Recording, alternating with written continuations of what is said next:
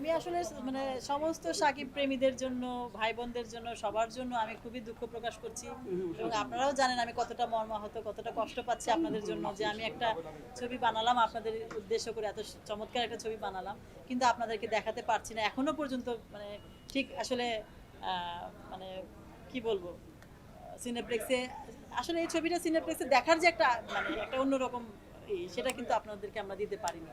তো যাই হোক, যেহেতু আমরা ইনশাল্লাহ এখন পর্যন্ত যেহেতু আমরা পাচ্ছি সিনেপ্লেক্সের শোগুলো, তো যারা সাকিব প্রেমী আছেন, যারা ছবি প্রেমী আছেন, তারা সবাই আসেন, ছবিটি দেখেন।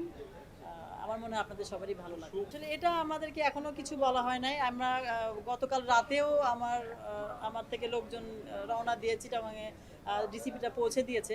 আজকে সারাদিনে কোনো শো আমরা চিটাগাং থেকেও পাইনি। সকালবেলা 2টা হলে আমরা অলরেডি ডিসিপি ইনজেক্ট হয়েছে, কিন্তু এখন পর্যন্ত আমাদের কাছে কোনো ইনফরমেশন পৌঁছয়নি। ডিসিপির যে কারেকশন, সেটা তো কারেকশন করেই শোটা হয়েছে, কারেকশন ছাড়া কিন্তু শোটা হয়নি। কারেকশন করার পরে শোটা এখানে এসেছে, তাই না? তো সেজন্য বলছি, যখন কারেকশন হলো তারপর তো শোটা ওনারা দিলেন, নিশ্চিত করেছেন। তো নিশ্চিত করার পরে যদি কোনো সমস্যা হয় তো সেটা তো আসলে আমার বলার কিছু নেই। না, আমরা সেম ডিসিপিটা সমস্ত জায়গায় দিয়েছি। সারা বাংলাদেশে 133টা হলে সেম ডিসিপি চলেছে, ওদের কোনো মানে কোনো রকম অভিযোগ ছিল না। একমাত্র অভিযোগ শুধুমাত্র আমরা যেটা পেয়েছি শুধু সিনেপ্লেক্সে।